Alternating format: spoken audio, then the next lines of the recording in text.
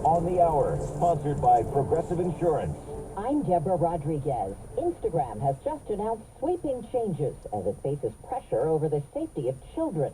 Correspondent Jolene Kent. Meta says it's trying to make Instagram safer for teens, but automatically putting tens of millions of users under 18 into new Instagram teen accounts over the next 60 days.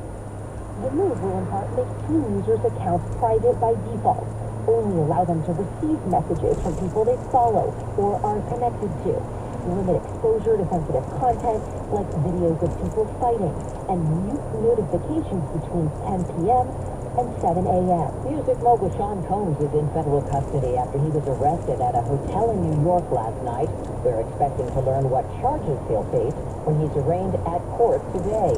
CBS's Dorita Duncan from U.S. District Court. His arrest stems from lawsuits, most of them accusing Combs of sexual assault. Now, you may recall nearly a year ago, his longtime ex-girlfriend filed a civil suit against him, and they settled.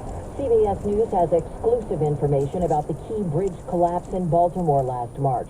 We've learned the families of 3 of the construction workers who died will ask a federal court to prevent the owner of the ship that lost power and crashed into the structure from escaping legal liability.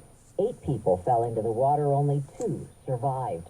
Police body cam video captured the arrest of Ryan Routh, the man accused of taking aim at former President Donald Trump at his golf club in Florida Sunday.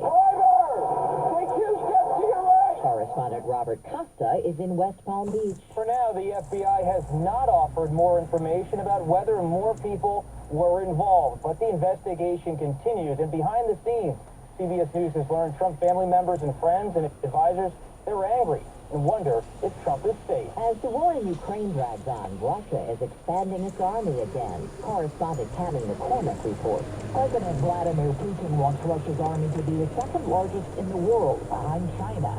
The Kremlin says it's necessary to address growing threats along the country's borders. The army will grow to 1.5 million active duty troops. Some analysts say that would see Russia leapfrog the U.S. and India in terms of combat-ready soldiers.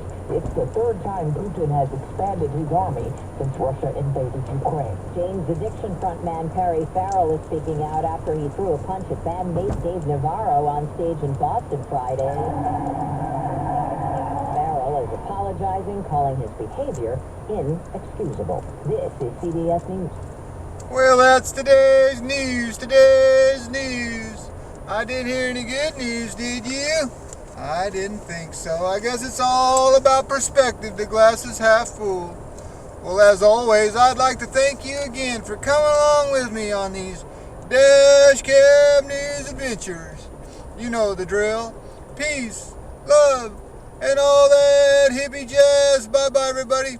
It's 56 degrees in Oakland, California.